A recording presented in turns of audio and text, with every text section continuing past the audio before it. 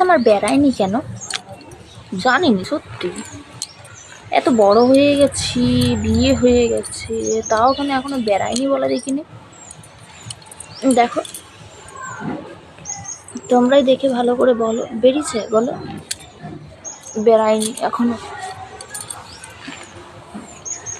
জানিনি। অনেকে তো দেখি এত বড় বড়, মানে এত এত বড় বড় দেখি বেরিয়েছে, কিন্তু আমার বেড়ায়নি। কিসের কথা বলছি বলে দেখিনি, জানো নি? আমি রোদে বসে বসে এখন তেল মাখছি।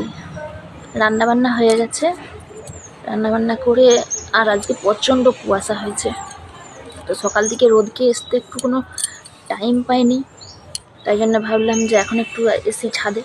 তো রান্নাবান্না করে তারপরে বাসন টাসন ধুলাম, মানে খাওয়া হয়নি এখনও, মানে মুড়ি খাবার বাসন, তারপরে রান্না করেছি সেই সব বাসন কোড়া সেই সব ধুয়ে টুয়ে রেখে ঘর দুয়ার ঝাড় দিয়ে ভাবলাম ছাদে এসে একটু বসি।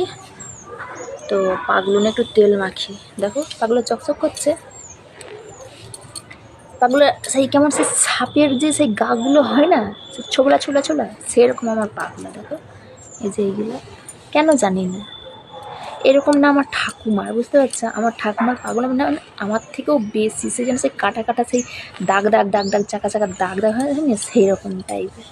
তো ঠাকুমার ধাতটা আমি পেয়েছি, সেরকম চাকা চাকা চাকা চাকা বোঝা যাচ্ছে না কিন্তু আছে। তো আগের থেকে অনেকটা তেলতেলা হয়ে গেছে পাগুলো। আর হ্যাঁ, এই যে দেখো এত টুকুটুকু পাতলা একবারে লোমগুলো, অনেকের দেখি কত লোম পায়ে, ওরে বাপরে, মানে কালো হয়ে যায় পাগুলো, দেখাই যায় না। আর আমার পা দেখো, আমার পায়ে দেখো লোমই নাই।